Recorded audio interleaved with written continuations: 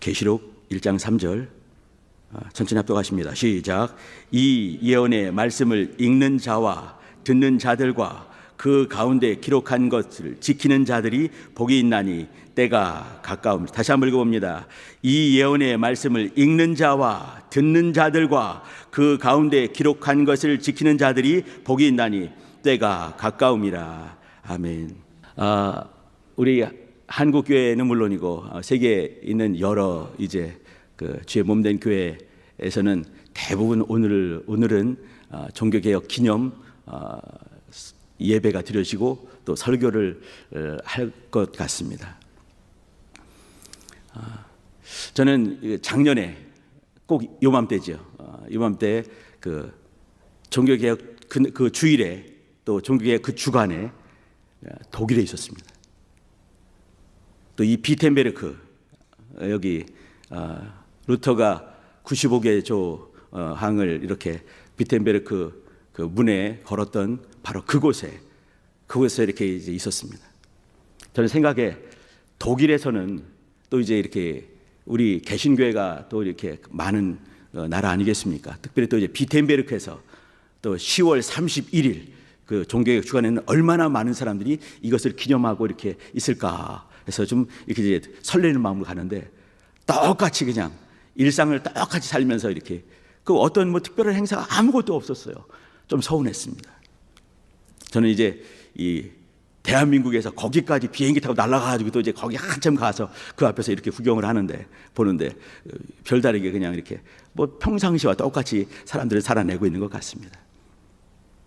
그럼에도 이제 불구하고 이제 독일에 있는 우리 성도들은 또 다른 마음이지 않겠는가 생각도 한번 해보기도 했습니다. 저는 이제 이 비텐베르크 가게 되면서 이제 종교개혁이 발상지가 아니겠습니까? 1517년 10월 31일 이제 거기 이제 그 34살 먹은 청년 수도사가 이제 이렇게 그 카톨릭 교회를 향해서 1000년이 넘는 그 기간 동안에 그 보통 우리가 중세 암흑기라고 하는 그때 그거를 뚫고 이것은 아니다. 인생들이 만들어낸 그런 시스템, 그런 조직들, 이것은 교회가 될 수가 없다. 또 이 교황이라 하더라도 그가 하나님 말씀과 다른 말씀을 한다면 그것을 따를 수가 없다라고 말하는 것이죠. 이제 인생들이 만들어낸 그런 제도, 시스템, 또 그것의 어떤 것이 아니라 하나님 말씀으로 돌아가야 된다, 본질로 돌아가야 된다, 이렇게 이제 생각을 가지고 이제 그 95개정을 걸었을 텐데 그때 그 마음, 또 이제 그것이 이루어진 곳이 비텐베르크 이제 그 교회고 비텐베르크 동네입니다. 우리말로 하게 되면 이렇게 신길 3동이 되겠죠. 근데 그 당시는 이 비텐베르크, 제가 가면서 비텐베르크가 얼마나 더 기가 막힌 도시였을까 하고 가보니까 실망을 하면서 그 실망 속에 묘하게 하나님 감사합니다 이런 마음이 확 들었습니다. 비텐베르크 동네가 조그만 동네고요. 그 당시 이제 지금부터 500년 전이죠. 그 당시는 약 한 2,000명 그 마을 총 주민이 말이죠. 2,500명이 절대 넘지 않는, 지금도 약 한 5만 명이 절대 넘지 않는 그 조그만 소도시입니다. 그 조그만 동네고요. 그 주변은 전부 다 이제 이렇게 인접해서 마을이 있는 것이 아니라 거기만 똑 떨어져 가지고 이렇게 여기 하나 저기 하나 이런 동네 있지 않습니까? 그런 동네였습니다. 지금도 마찬가지고요. 근데 그런 동네에서 거기서 아무리 이제 뭐 뭔가를 깨달아서 외치고 뭔가를 한다 하더라도 그것이 이렇게 전파될 수 있겠는가? 지금은 우리가 이렇게 핸드폰이 있어서 여기 이제 지구 반대편에 어떤 일이 벌어지는지 그걸 확인할 수 있지만 그 당시 비텐베르크에서 그 청년 수도사가 별로 이제 이렇게 유명하지도 못한 그 34살 먹은 그 청년 수도사가 뭐라고 한다 하더라도 그것이 이렇게 독일 사회를 움직일 수 있겠는가? 그것을 가지고 유럽 사회가 움직일 수 있겠는가? 불가능한 것 아니겠습니까? 그가 아무리 기가 막힌 역사를 깨달았다 하더라도 이것이 다른 사람들에게 전파되어지고 이것이 또 이게 사회를 움직이지 않으면 운동이 될 수가 없는 겁니다. 그가 혼자 고민한다 하더라도 그가 혼자 고민하는 고민거리에 불과한 것이지 사회가 움직여지지는 않는 것이죠. 자, 근데 중요한 것은 뭐냐면 그가 95개장, 이 95개 조항을 걸었을 때도 말이죠. 이거는 라틴어로 이렇게 썼습니다. 그 당시 독일 사람이라 하더라도 독일 말을, 독일어로 된 것을 읽을 수 있는 사람이 얼마나 되겠습니까? 지금 우리 사회하고는 비교할 수가 없습니다. 그 당시 독일 국민이 독일 말로 이해할 수 있는 사람도 10%, 10명 중에 1명이 되지가 않았습니다. 더군다나 라틴어를 읽을 수 있는 사람이 몇 사람 되겠습니까? 독일 사회에서 10명, 20명 넘을까? 그 생각도 한번 해봅니다. 유럽 사회에서 얼마나 몇 명 될까? 이 라틴어를 읽을 수 있는 사람이 몇 사람 되겠습니까? 혹시 이곳에 라틴어를 읽을 수 있는 분이 계시나요? 그 당시도 라틴어는 사어였습니다. 사용되지가 않은 언어죠. 그저 이렇게 학문 세계에서 학문으로 이렇게 논문 쓸 때 정도나 쓸 수 있는 것이고 이제 이렇게 사용되지는 않습니다. 예배 중에는 이렇게 사용됐지만 그것도 알아듣는 사람이 몇 명 되겠습니까? 자, 그때 그렇게 그럼 루터가 그 독일 말이 아니라 라틴어로 썼다는 얘기는 뭐냐면 라틴어로 읽을 수 있는 몇몇 교수들 이걸 같이 보고 우리 그 중세 가톨릭 교회가 교황이 말하는 면죄부 이것들이 정말 과연 성경적인가? 우리 한번 토론을 한번 해봅시다 라고 이렇게 학문적인 어떤 얘기를 써 붙인 겁니다. 이것이 있을 때 어떤 사람이 그걸 보고 라틴어를 독일어로 번역을 했겠지요. 번역을 해서 그 다음에 여기 이제 이렇게 출판사에서 돌려서 그것을 우리가 흔히 말하는 찌라시, 전단지로 만들어서 이제 퍼치게 되는 거죠. 그래서 2주가 못 돼서 독일 사람들이 이것을 받아보게 됐습니다. 아무도 안 놀라시는군요. 이게 놀랄 만한 일 아니겠습니까? 2주가 못 돼가지고 이 비텐베르크 조그만 동네 2,500명이 절대 넘지 않는 그 동네에서 한 사람이 34살 먹은 청년이 이거 쓴 것을 온 이 독일 사람들이 다 보게 된 것입니다. 2달이 못 돼서 유럽 사회가 진동을 하게 되고 역사가 만들어지기 시작했습니다. 여전히 안 놀라시는군요. 왜 그렇습니까? 저는 그때 본 것이 뭐냐면 이것은 하나님이 하신 것이다 라는 것이 마음에 확 그때 비텐베르크 가는 그 큰 리무진 버스에서 그 조그만 동네 코딱지만한 동네에서 이제 보면서 그걸 보면서 하나님이 하시지 않고는 절대 있을 수가 없는 일이 벌어졌구나 그 생각을 했습니다. 자, 그러면은 중요한 것입니다. 하나님이 왜 그 일을 하셨겠습니까? 하나님이 왜 그때 청년 수도사 마르틴 루터 그 사람을 사용하셨겠습니까? 루터가 대단한 사람이죠.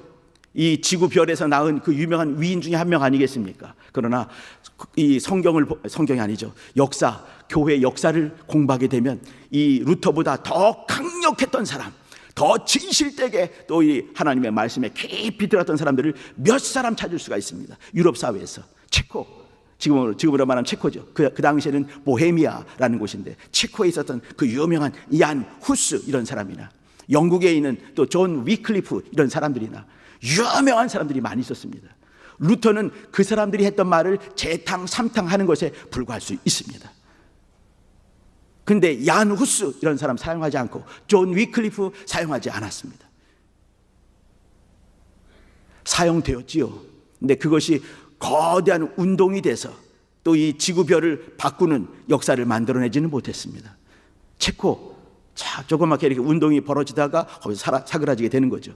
얀 후스가 화형당하면서 그것이 사라지게 되는 거 아니겠습니까? 존 위클리프 그 운동을 하다가 이제 죽었지만 나중에는 부관 참시당했습니다. 무덤에서 그 시체 썩어 문드러진 시체를 다 끄집어내서 불태워서 다 곱게 빻아서 강에 띄워버리고 말았습니다. 왜 그러겠습니까? 기억하지 마라 이 말이 되는 거죠. 얘가 했던 말들, 얘가 했던 모든 문서들 기억하지 마라. 존 위클리프 다음이 얀 후스라는 사람인데 얀 후스는 말이죠. 불태우는 그 재료가 뭐냐면 그 위클리프가 썼던 그 책들, 위클리프가 영어로 라틴어를 영어로 번역했던 그 성경을 가지고 불태웠습니다. 상징적인 거죠. 이거 읽지 말아라 이 말을 하는 거죠. 그리고 나서 얀 후스가 1415년에 죽었습니다. 죽으면서 한마디 툭 한 거죠. 당신들은 이 후스 HUS 후스 이제 우리 그 영어로 하게 되면 후스 허스 이렇게 하겠지만 그 체코슬로바키아 체코어로 하게 되면 이것이 거위라는 말이랍니다. 거위. 당신들은 지금은 볼품없는 거위를 거위 한 마리를 이렇게 불태우지만 100년 후에는 하나님께서 절대로 당신들이 불태울 수 없는 그런 백조가 나올 것이고 그로 말미암아 세상은 뒤바뀔 것이요, 다 이렇게 말했습니다. 1415년에 화형당해 죽으면서 말이죠. 그리고 나서 1415년에 죽은 이후에 1517년 비슷하지요. 그때 루터가 등장하게 됐습니다. 아, 하나님 역사하셨구나, 그런 마음 드시지요. 자, 오늘 같이 이제 여기 이렇게 오늘 말씀은 한번 봐주시기 바랍니다. 이 예언의 말씀을 읽는 자와 듣는 자들과 그 가운데 기록한 것을 지키는 자들이 복이 있다, 이렇게 했습니다. 우리 성도님들 믿으십니까? 하나님 말씀을 읽는 자가 복이 있다, 듣는 자 복이 있다, 그 가운데 기록한 대로 지키는 자가 복이 있다, 믿으십니까? 이것을 믿는 것이 우리의 신앙입니다.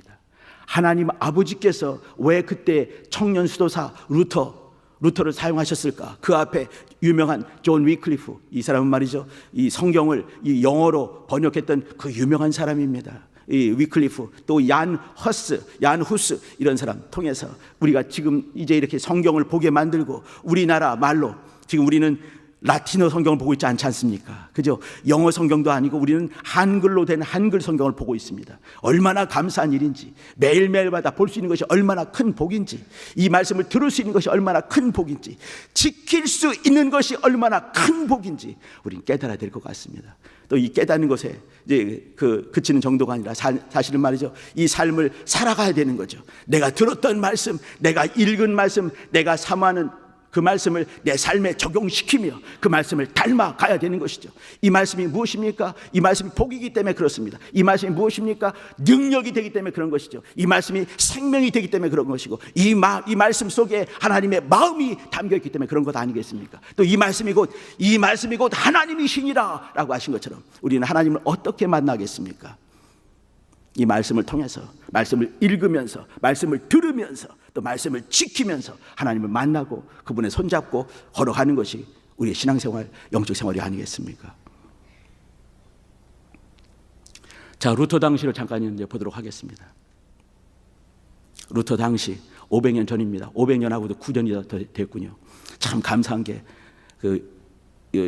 1517년에 이렇게 루터가 10월 31일 날 이렇게 비텐베르크 성당에 95개장을 쭉 걸었지요.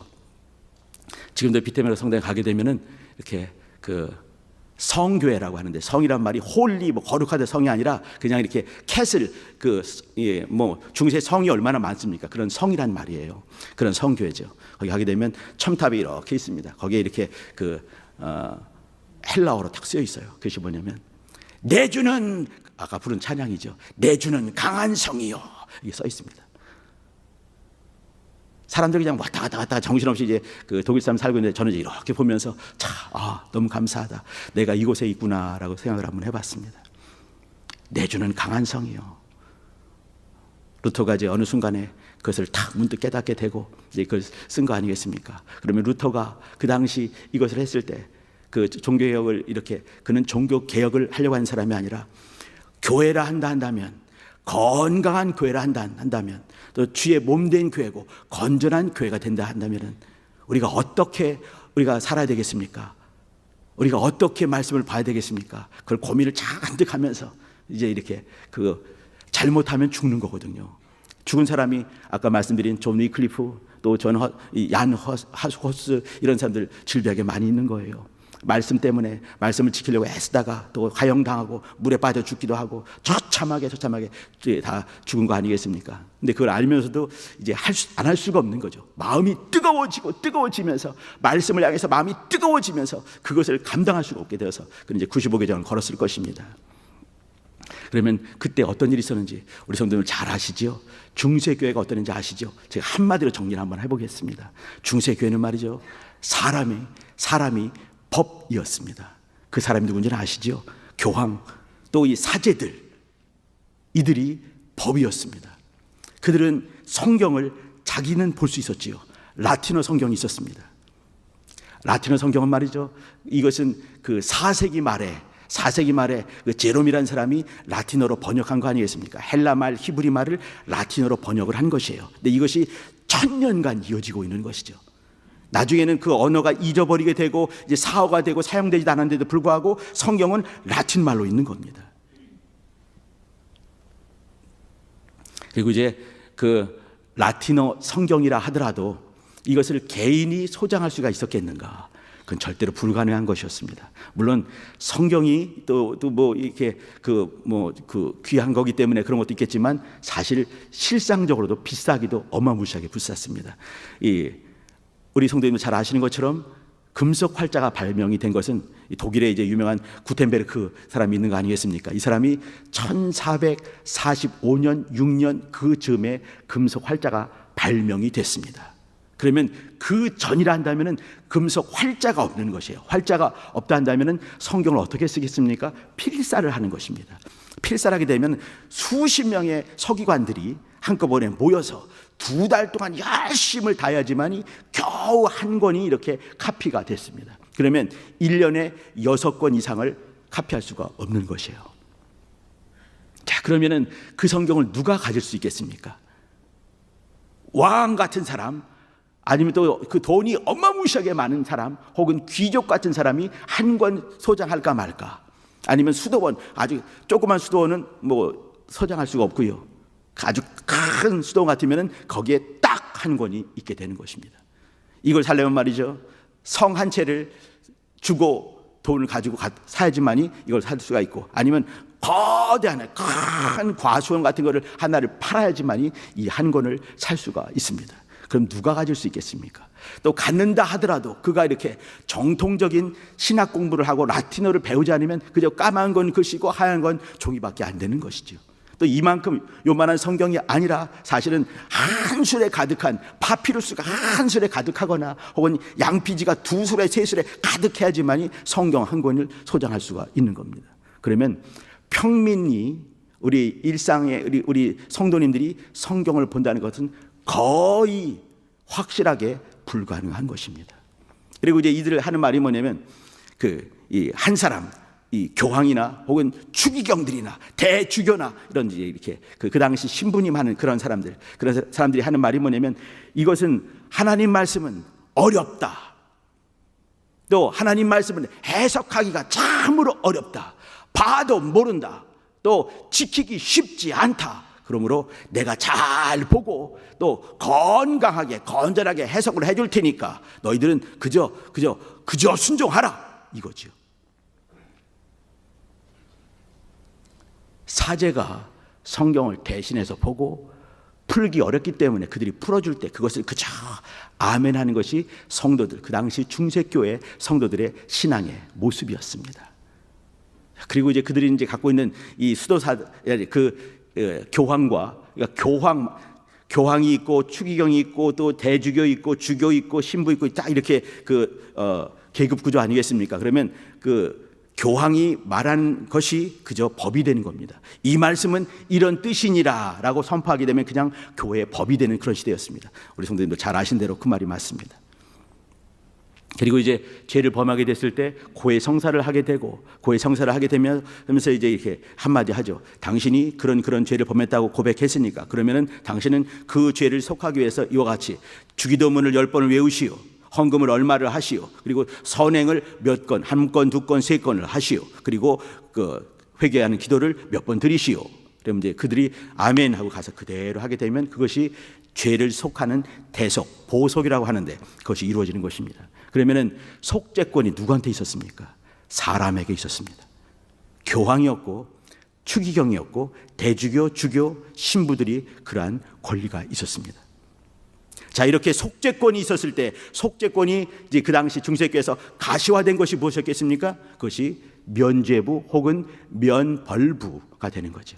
벌을 면하게 되는 것이 되는 겁니다. 당신이 어떤 죄를 범했다 하더라도 이것을 사게 되면 당신의 죄가 속해질 것이고, 또 당신 또 남편 혹은 당신의 할머니, 할아버지, 당신의 아들내미가 죽었는데 지금 이제 연옥에서 펄펄 끓는 곳에 또 있다 한다면 그 순간에 또 이렇게 천국에 가게 될 것이요. 그렇게 말하게 되면 그게 뭐가 되겠습니까? 교회의 법이 되는 것이요. 속죄권이 또 이 사람에게 있었고, 그 당시 사람들은 그렇게 말하지 않았을 것입니다. 속죄권은 교회에 있다라고 말했을 것입니다. 그러면 그 교회에 누가 그렇게 했겠습니까? 사람이 한 것입니다. 교황이 한 것이고 사제들이 그렇게 했습니다. 속죄권과 사죄권을 그들이 갖고 있는 것이에요. 또 그 당시 사람들은 말이죠, 500년 전에, 또 그 이전에 중세교회 때는 말이죠, 그 성인 세인트라고 하는, 교회에서 이 사람은 성자입니다 이렇게 하는 분들 기억나시죠? 성 어거스틴, 성 제롬, 성 히에로니무스 뭐 이런 사람 있지 않습니까? 성, 이렇게. 그 사람들은 이 성이라고 붙은 사람들은 뭐냐면 자기를 구원할 만큼보다 더 큰 믿음이 있었고 더 큰 역사를 했기 때문에 그들은 성자가 되고 복자가 되었습니다. 그러면 자기를 구원할 믿음보다 더 큰 믿음을 했기 때문에 그들은 이 믿음을 누구에게 줄 수 있다는 얘기예요. 이렇게 어떤 사람이 이렇게 이제 그 자기 죄 때문에 기도할 때 누구의 이름으로 기도합니다. 하나님, 성 안나 이름으로 기도합니다 했을 때, 그러면 성 안나가 자기를 구원할 믿음보다 더 큰 믿음이 있었기 때문에 그 믿음을 그에도 줄 수 있다는 얘기지요. 성인 숭배가 이루어졌습니다. 이 말이 뭐겠습니까? 인생들을, 죽은 인생까지라도 또 신뢰하고 그걸 믿는 그 믿음을 갖고 있는 거죠. 인생에게 그 믿음이 있었습니다. 제일 강력한 또 이 공로를 쌓았던 사람이 누구겠습니까? 마리아였습니다. 그렇기 때문에 마리아 숭배가 이루어지게 되는 것이에요. 자기를 구원할 것보다 더 큰 믿음을 갖고 있었기에 그를 믿게 되면서 그들의 믿음이 자기에게도 오기를 사모했고, 또 성유물이라는 게 있었는데 그게 뭐냐면 그들이 이제 죽으면서 엄지발가락 뼈다구가 발견이 된 거예요. 그러면 그거를 막대한 돈을 사가지고 귀걸이를 하고 목걸이를 하게 되면서 갖고 다닙니다. 왜 그러겠습니까? 여기에는 신통한 능력이 있는 거예요. 자기를 죄에서 자기를 구원할 수 있는 여러 가지 있기 때문에 이렇게 성유물을 믿는 그런 믿음이 있었습니다. 무엇이겠습니까? 인생을 믿는 것입니다. 자, 그리고 이제 거기에 가장 이 중세를 끌어갔던 그 가장 큰 신학 중에 하나가 뭐냐면 성찬 신학이었습니다. 우리는 성찬이 얼마나 중요한지 또다시 말씀 안 드려도 될 것 같습니다. 성찬을 잘하는 것은, 건강한 교회는 성찬을 정말 믿음으로 잘 이렇게 또 기념할 때 그 교회가 건강한 교회가 되는 겁니다. 그런데 중요한 것은 뭐냐면 그들은 화채, 이렇게 떡이 있고 포도주가 있을 때 사제가 축도하는 그 순간에 이 떡이 그 살이 되고 예수님의 살이 되고 포도주가 예수님의 피가 된다, 이렇게 하는 거죠. 그렇기 때문에 그 당시 사람들은 성찬을 하더라도 말이죠, 그들은 매일마다 했거든요. 근데 그건 틀린 게 맞는 겁니다. 근데 떡만 기념을 하겠습니다. 보통 성도들은 떡만 기념을 하고 포도주는 누가 했겠습니까? 그 앞에서 이렇게 사제들끼리만 기념을 했습니다. 혹시라도 땅에 떨어질까봐, 불경이 이루어질까봐 자기네끼리만 하고, 이걸 이제 이종 배찬하는데, 떡과 포도주 2종 두 개 다를 하는데, 그들은 하는데 우리 평신도들은 떡만 하게 했습니다. 이것 때문에 아까 말씀드린 얀후스는 그렇지 않다, 모든 성도들은 똑같이 이종 배찬 다 해야 된다, 이렇게 하다가 결국 화형당해 죽었습니다. 자, 아무튼 이제 이렇게 떡이 있고, 현재는 떡이 있고 포도주가 있지만 여기서 누가 축도를 하겠습니까? 누가 기도를 하겠습니까? 사제가 그 기도를 해야 되는 것이에요. 사제가 기도를 해야지만이 비로소 떡이 살이 되고 포도주가 예수님의 피가 되는 거죠.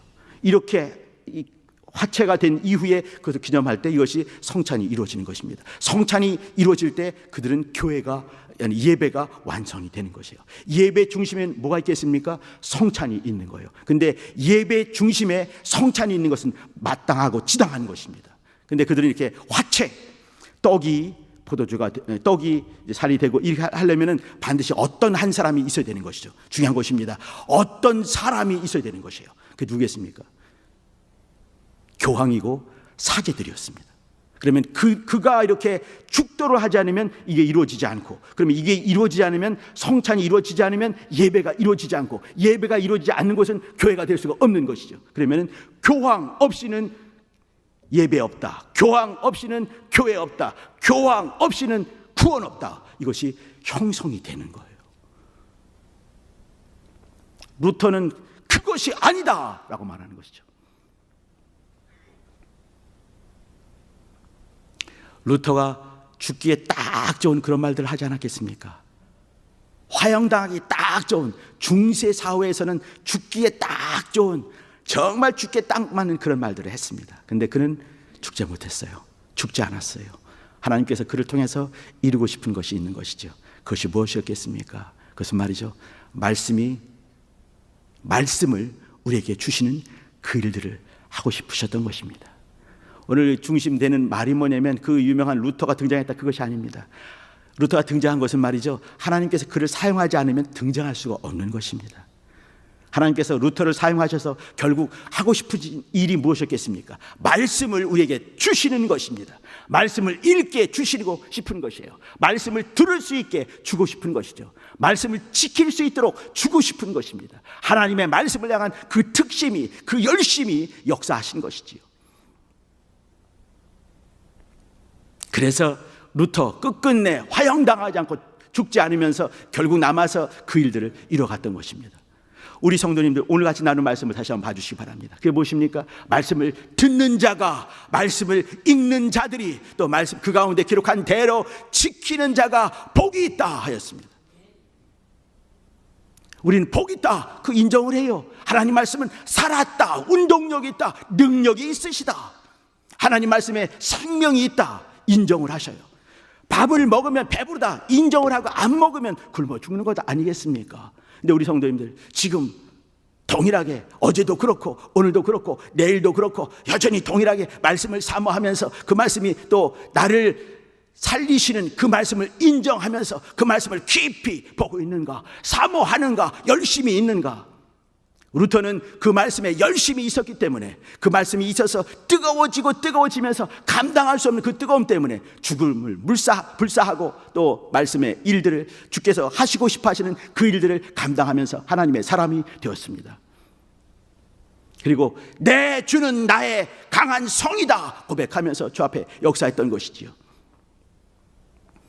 우리 성도님들, 루터나 또 이제 그 유명한 쯔빙글리, 유명한 사람들, 스위스의 쯔빙글리나 또 이제 제네바에 있었던 칼빈이나 그 유명한 사람들은, 그 사람들은 딱 하나 명제가 있었습니다. 그게 뭐냐면, 성경을 읽지 않고는, 성경이 아니고는 교회는 절대 개혁될 수 없다, 그게 있었습니다. 또 실상으로도 교회가 개혁이 된 것은 구텐베르크, 그 사람이 성경을 이렇게 출판할 수 있게, 그 전까지는 2달 걸려야지만이 겨우 한 권을 필사했었지만, 그러나 그 구텐베르크가 금속활자를 발명한 다음에는 일주일에 500권씩 성경을 막 찍어내게 됐습니다.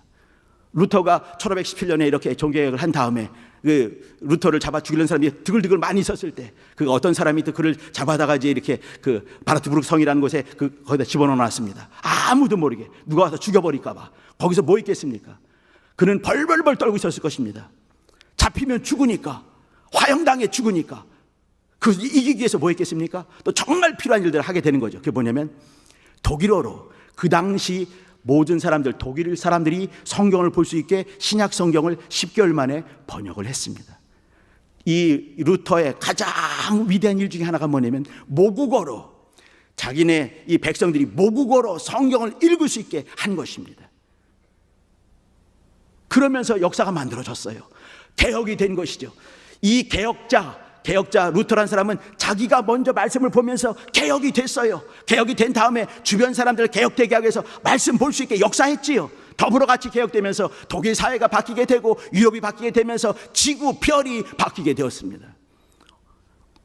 이 모든 것에 그 근원된 힘이 어디 있었겠습니까? 성경에 있었던 것이에요. 우리 교회 1517년에 루터는 비텐베르크 시작했다면, 우리는 2017년에 개혁을 하고 있습니다. 아직 뭔가 이렇게 쪼개지거나 이렇게 정리가 안 되고 지금도 있지만, 저는 어떤 생각이냐면, 나는 개혁되었다, 그 생각이 있습니다. 나는 개혁되었다. 어떤 사람에게 잡히지 않기 때문에, 어떤 사상의 어떤 교리 가운데 잡히지 않기 때문에, 말씀에 들어갈 수 있기 때문에, 말씀을 있는 그대로 볼 수 있기 때문에, 매일매일마다 눈이 피곤하고 뒤집어지고 몇 번 읽다가 졸도를 한다 하더라도 말씀을 보고 있기 때문에 나는 개혁되었다 생각을 합니다. 난 이후로도 동일하게 말씀을 깊이 보면서 말씀이 나에게 요구하시는 것들을 지켜나길 소망하며 나를 만들어갈 것입니다. 우리 성도님들 같이 하시지 않겠습니까? 말씀에, 오늘 본 말씀에 복이 있다. 이 말씀에 복이 있다. 물론 이제 여기 계시록입니다. 이 예언의 말씀은 계시록이 맞을 것입니다. 조그맣게 보게 되면 말이죠. 그죠? 그러나 확장하게 되면 뭐겠습니까? 하나님 말씀이 복 있는 것 아니겠습니까? 하나님 말씀 복 있지 않겠습니까? 하나님 말씀 살아있지 않습니까? 능력 있지 않습니까? 살았고 운동력이 있어가지고 좌우 날성원보다 예리하게 관절 골수 다 쪼개고 생각과 뜻을 감찰하시는 그 말씀 아니겠습니까? 살아있는 말씀 아닙니까? 하나님의 마음이 담겨있는 것 아니겠습니까? 이 말씀이 곧 하나님 아니십니까? 그러면 하나님 닮기 위해서, 하나님 뵙기 위해서 하나님 말씀을 또 10년 가운데 모셔드리고 능력이 나타나길 소망하면서 말씀 받아야 하겠습니까? 우리 성도님들 혹시 종종 불안이 확 밀려오는 분들 혹시 계십니까? 말씀 보시기 바랍니다. 말씀의 근원은 평강입니다. 힘들고 어려고 답답한 일들 많이 있지 않으십니까? 말씀을 보시기 바랍니다. 살았고 운동력 있는 그분의 말씀을 만나시길 바랍니다. 하나님께서는 모든 일에 실마리가 되십니다. 우리 삶의 응답이 되시고 답이 되시는 분이십니다. 생명이 되시는 분이십니다. 이 가을에 다시 말씀을 회복하는 개혁자들은 이 말씀 아니고는 개혁될 수가 없다, 그걸 알았기에 그 말씀을 번역하는 그 일들을 통해서 역사는 만들어졌습니다. 우리 교회 역사는 뭐 이렇게 많은 것들 제도적으로 사람들이 모여서 궁리하면서 회의를 통해서 절대 이루어질 수 없습니다. 기도할 때, 말씀에 깊이 들어갈 때 개혁은 되는 것이죠. 우리 성도님들 이 가을에 하나님 말씀을 깊이 들어갈 수 있는 절호의 기회를 만드시기를 예수님으로 축복합니다. 기도하시죠. 기도하실 때 하나님, 주님 도와주셔서 역사가 또 성경이 앞에 있는 위인들이 우리에게 했던 말들, 말씀을 읽으라, 들으라, 지키라, 복이 있다, 생명이 있다, 하나님을 만날 수 있을 것이다 말씀하셨는데 하나님 말씀에 깊이 들어가는, 말씀을 닮아가는, 말씀을 삶에 적용시키는 주의 사람 되게 달라고 주여 한번 물어 기도하십니다. 주여.